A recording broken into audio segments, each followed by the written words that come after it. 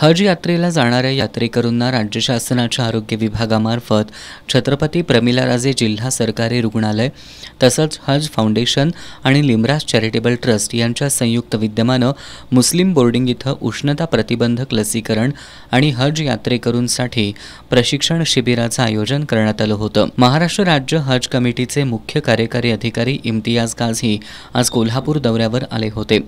यावेळी त्यांनी Kolhapur press club इथं माध्यम प्रतिनिधींशी संवाद साधला।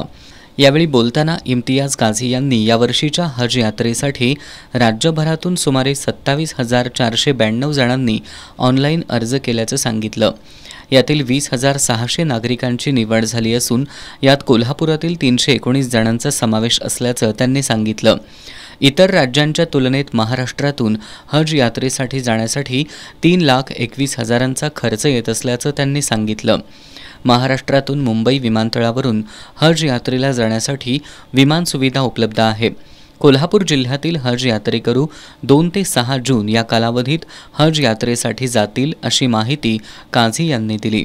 यापूर्वी हज यात्रेकरूंसाठी केंद्र सरकारकडून सबसिडी दिली जात होती, मात्र 2015 मध्ये ही सबसिडी बंद करण्यात आली असून सध्या कोणत्याही प्रकारे हज यात्रेसाठी सबसिडी मिळत नसल्याचं त्यांनी स्पष्ट केलं।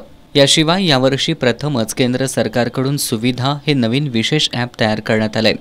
हज यात्रेकरूंना विशेष ॲपवरून काही सूचना किंवा त्यांच्या तक्रारी नोंदवता येतील। त्यामुळे हज यात्रेकरूंच्या सुरक्षा आणि सोयीसाठी अधिक चांगली व्यवस्था होऊ शकेल असा विश्वास काझी यांनी व्यक्त केला।